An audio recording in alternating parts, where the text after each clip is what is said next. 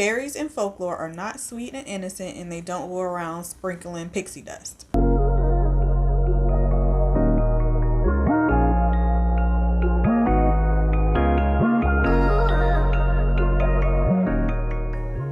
Hi guys, welcome back to All Things Jira, and I'm back with another weird story that I read on the internet. Actually, today I have two stories. Now, both of these stories are about changelings and fairies. So there's two specific stories that I want to tell you today. Now, there's a lot of folklore about fairies, specifically in Ireland. Now, none of these fairy folklores are good fairies that we see like on the Disney movies. Fairies in folklore are not sweet and innocent, and they don't go around sprinkling pixie dust. These stories are kind of creepy. In Irish folklore, it's thought that fairies would come and abduct someone and replace them with a fairy. Now, this replacement is called a changeling. Now, typically this is done to children, but it can happen to adults as well. So in folklore, there's a couple different reasons as to why a fairy would come and kidnap someone and replace them with a fairy. So it may be because they want to take the human to breed with them and strengthen their fairy blood or strengthen the bloodline of the fairies. It could be because they feel that this particular human is attractive, that apparently they're attracted to beautiful things. It could be revenge on that particular human family or humans in general. And it's also said that when a fairy is really old and elderly, that they may switch that fairy with a human baby so that the elderly fairy can live out the rest of its life being coddled and cared for by the human parents. So a couple signs that people would use to say that someone was a changeling is if they were left-handed, if they had an unusual birthmark, if they had little appetite or they were sickly or just sick all the time, if someone was afraid of iron or reacted to iron for some reason, or if they were slow to speak as a child or had some type of speech issue. They were said to be a changeling or accused of being a changeling. Now, on the flip side of that, if a child was incredibly advanced and they spoke early or walked early, or maybe they were more mature than other children, those children were also accused of being changelings.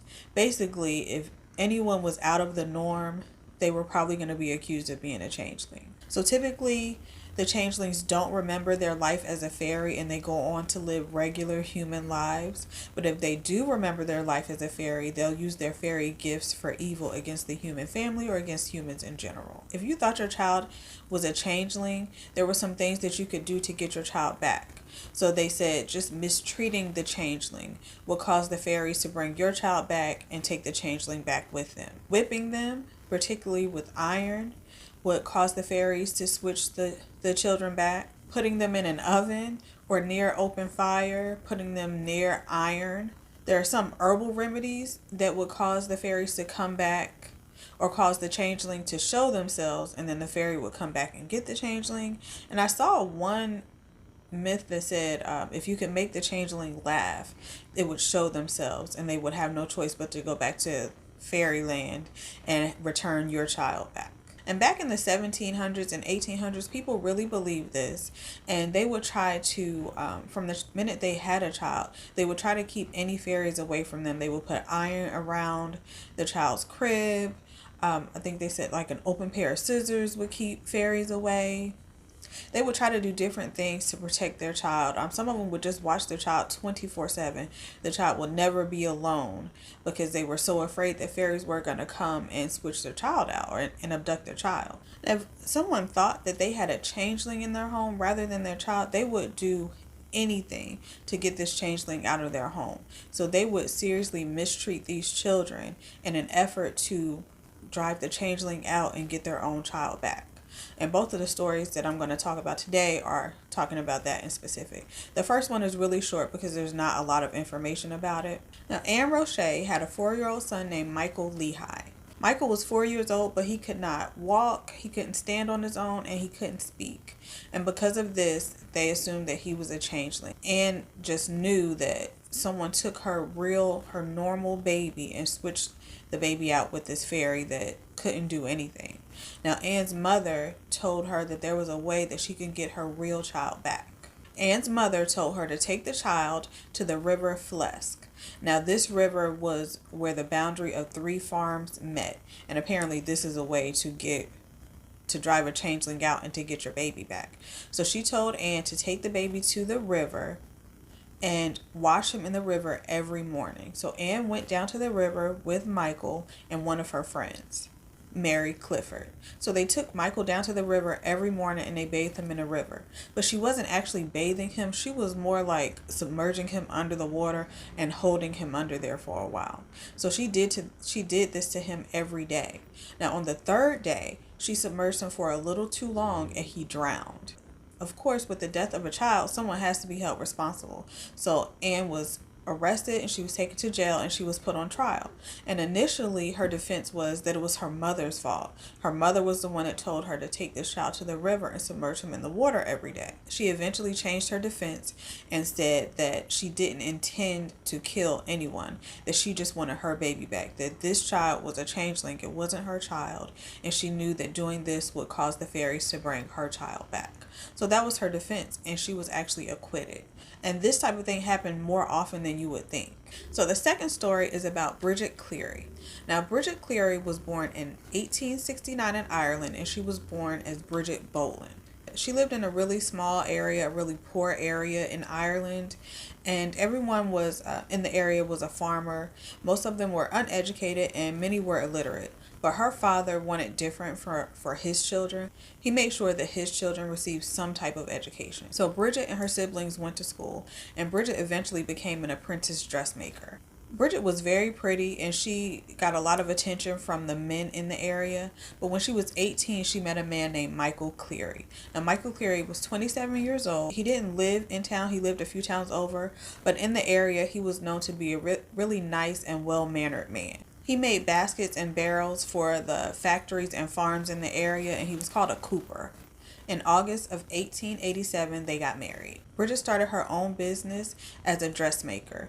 After a while, she eventually bought some chickens and she began to sell the eggs from those chickens as well. So Bridget was doing really well and Michael's business was doing great as well. As I said, in that area, people were really poor. They basically all lived in shacks, so to speak. At one point, the government was trying to build up the area and the government started producing these more sturdier made homes. They would choose people to be eligible to move into these homes. Now, Bridget's father, Pat, they determined that he was eligible to receive one of these homes.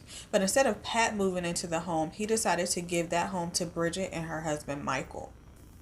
Now, the home that Pat gave Bridget and Michael was built near a ring fort. That was also called a fairy fort. Now, in the area, that believed that fairies inhabited these areas and that you were not supposed to disturb a fairy fort. You weren't supposed to walk through it. Most people didn't even walk by fairy forts. They would go the long way to get to wherever they were going just so they could avoid a fairy fort. Soon after Bridget and Michael moved into their home, Bridget's mother passed away. And of course, people in this area said that it was because they moved into this home near the fairy fort. If you disturbed the fairy fort, you would have really bad luck. Really bad things would happen to you. And people assume that because Bridget and Michael moved into this home, that is the reason that Bridget's mother passed away. After Bridget's mother passed away, she didn't want her father to live alone, so she decided to have her father move in with them so she could take care of him. And Bridget and Michael never had any children, and of course, again, the people in town would say that this is because they disturbed that area near that fairy fort. Now, Bridget was not afraid of fairies. She was actually fascinated by fairies and the fairy folklore.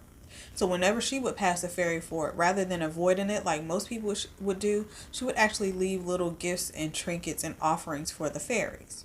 March 4th, 1895, Bridget was making deliveries. She was delivering her eggs, and she walked past one of the fairy forts. Instead of walking past the fairy fort, she decided to walk through it to get to her cousin Jack's house. That's who she was delivering eggs to that day. So she got to Jack's house, but he wasn't there. So she waited for him for quite some time.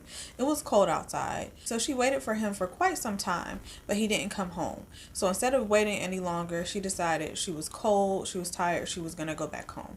So on her way back home, she went through the fairy fort again. When she got home, she sat by the fire to warm herself up, and she sat there until Michael got home from work. So when Michael got home, she was sitting by the fire warming herself up. She told him that she was really cold. She had been delivering eggs all day and she was just going to go straight to bed, and that's what she did. So the next morning when she woke up with a really bad headache and she was shivering. She also had a fever and she lay in bed for most of the week. At one point, Michael started to really worry about her, so he went and contacted a doctor. There were some issues with getting the doctor there that day, so the doctor came a day or so later, and when he got there, he diagnosed her with bronchitis. I saw another report that said he diagnosed her with pneumonia, but it was either pneumonia or bronchitis. And because she had been sick for several days, a lot of family members came over to see her, check on her, and bring her some things. When her cousin Jack heard that she was sick, he came to see her. And when he came, apparently her fever was really high and she wasn't really speaking normally. She was speaking kind of gibberish. He said he couldn't understand anything that she said. So now Jack was really worried. Now her cousin Jack was well known in the area for being really knowledgeable about fairies. So when he goes to talk to Bridget and she can barely speak or he can barely understand her, the first thing that he thinks is that she's a changeling. So he expresses his concern to Michael and her other family members that he believes that this isn't Bridget, that Bridget has been abducted. Bridget's cousin Joanna knew that Bridget would actually go through the fairy forts instead of going around them. So when she expressed this to the family, Jack said, yes, this is it. This is not Bridget. This is a changeling. That is not Bridget in there. And he convinced Michael that she was a changeling as well. Jack told Michael to go speak to another man in the area named Leahy. He was really knowledgeable about fairies as well, and he could actually help him get rid of the changeling and get Bridget back. So when Michael went to see Leahy gave him this herbal concoction, put it in milk, and give that to Bridget. Apparently changelings don't like milk, and once he feeds Bridget this milk with these herbs in it, it's going to force the changeling out, and then Bridget will be returned back to him. So Michael takes the concoction home. Now Michael was also given a prescription from the doctor to get medicine for Bridget. So he went and got the medicine, but he never gave it to her. He only gave her the concoction that he got from Leahy. He mixed the herbs with the milk and gave it to Bridget, and Bridget drank it. After a while, nothing happened, but Bridget still wasn't feeling well, so he did it again. He mixed another herbal concoction with milk, and he went to give it to Bridget again. But instead, this time Bridget didn't want to drink it. She said it was horrible, it was nasty, she did not want to drink it. She didn't feel well, she just wanted to lay down. So instead of him allowing Bridget to lay down and rest, he forced her to drink it. He pushed her down and convinced his family members and her family members as well that were there to hold her down, and he basically poured this milk down her throat. The whole time he was screaming at her, "Are you Bridget Boland? Are you the wife of Michael Cleary?" Over and over again.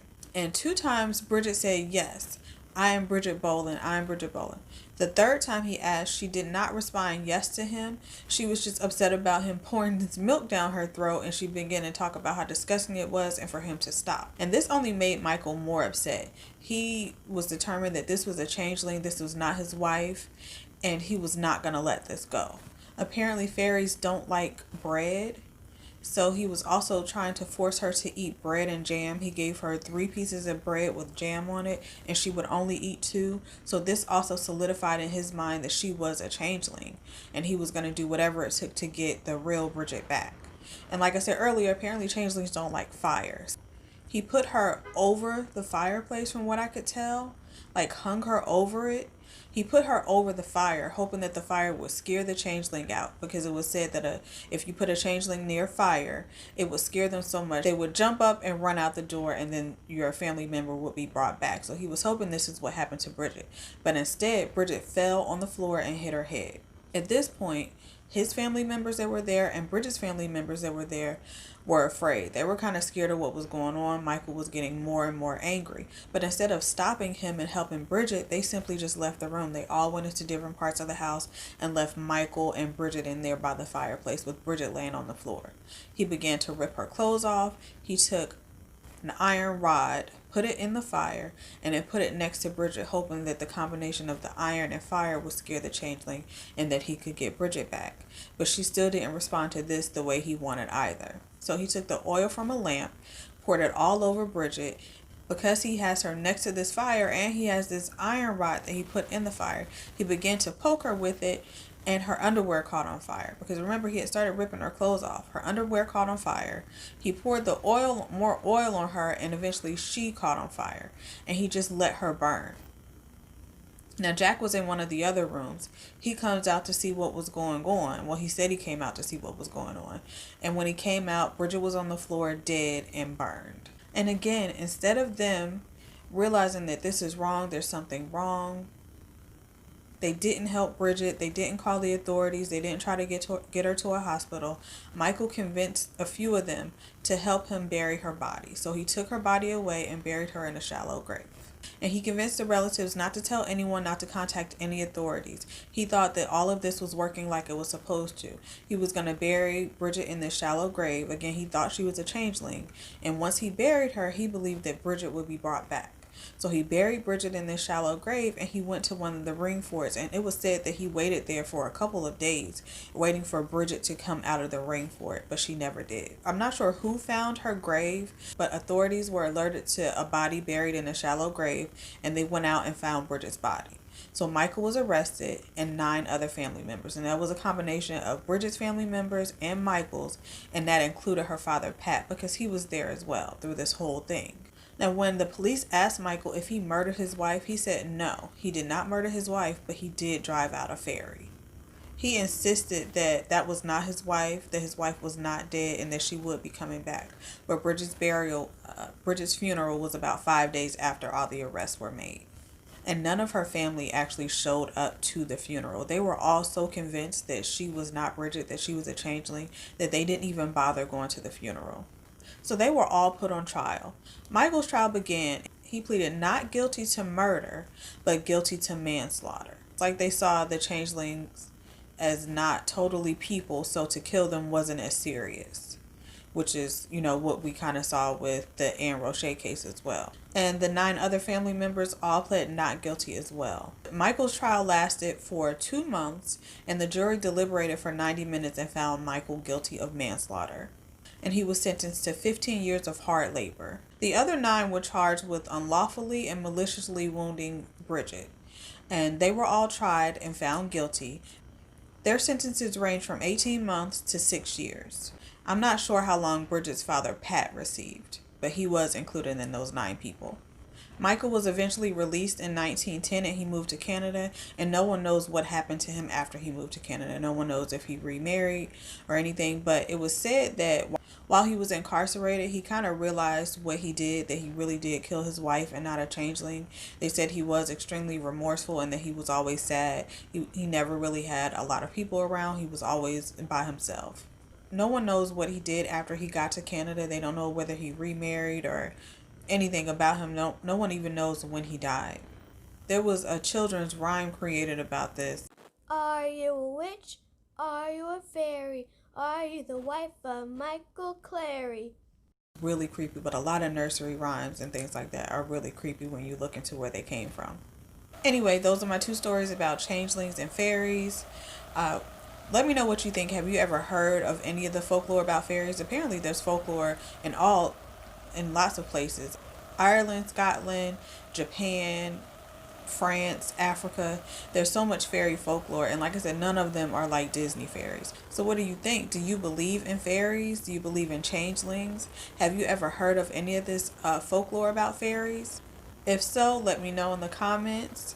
Let me know if there's another story that you want me to tell. Let me know if you want to hear more fairy stories, because there are a lot of them. The folklore is all over the place, so let me know if you want to hear any more fairy stories. But until then, thank you so much for watching. I really appreciate you. Make sure you like this video. Make sure you subscribe to my channel and make sure you share. See you guys next Wednesday with another story. Bye.